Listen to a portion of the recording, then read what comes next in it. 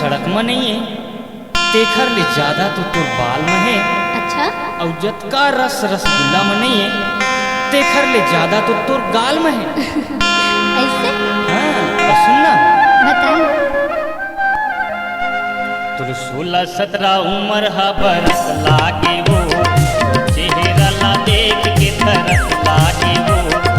16-17 उम्र हा बरस लागे वो, चेहरा ला देख के तरस लागे वो।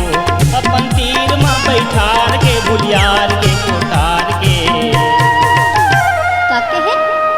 तुर गोरी गोरी गाल के मुड़ चुम्मा दे देवो, लाली लाली होठ ला मैं चूम लेते वो।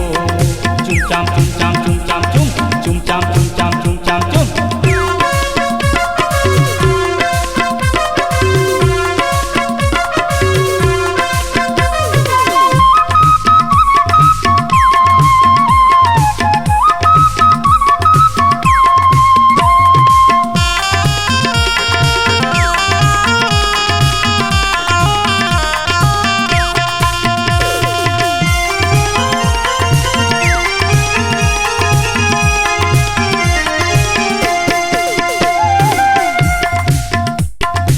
रिंगना है रमक झमक, चेहरा है रंग रंगीला। रिंगना है रमक झमक, चेहरा है रंग रंगीला। सुंदरा लगाए पूरी कहा वो लाल पीला। कमल फूल बकरी कस, मनार बकरी कस, परपान बकरी कस तै लागे वो। 16-17 उम्र हा बरस लागे वो, चेहरा ला देख के तरस लागे वो। अपन तीर में बैठार के बुझार के कोटार के, तुर गोरी गोरी गाल के मुड़ चुम्मा दे देवो, लाली लाली होठ ला मैं चूम लेती वो। चुम चाम चुम चाम चुम चाम चुम, चुम चाम चुम चाम चुम चाम चुम।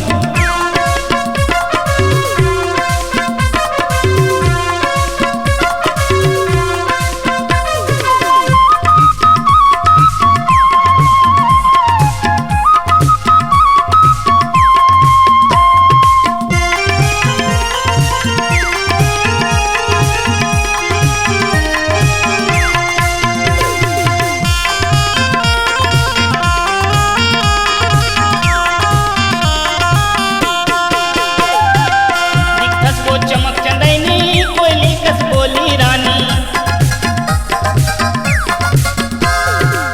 दिखस वो चमक चंदैनी, कोयली कस बोली रानी। आगी पानी में लगाए खलकत है तोर जवानी। मुरमन सनातन जैसे बिजली बटन, आगी लगे तन मन गरम लागे वो। 16-17 उम्र हा बरस लागे वो, 16-17 उम्र हा बरस लागे वो।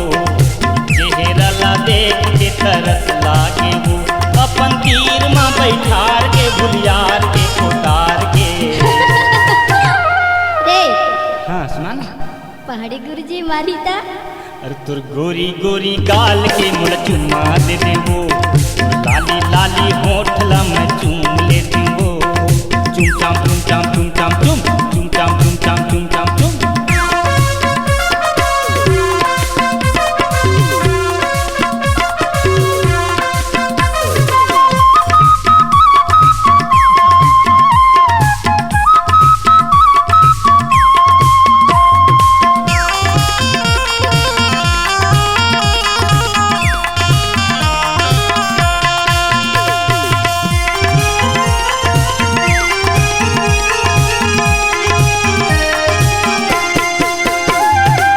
भावर तुर संग परा के एक दिन मैं अपन बना हूँ। भावर तुर संग परा के एक दिन मैं अपन बना हूँ। घोड़ा में चढ़ के मैं हाँ लेके बारात आया हूँ। पूरी वो बंके गोला, माया तय कर ले मोला। तरसत मोर चोला सा लागे वो।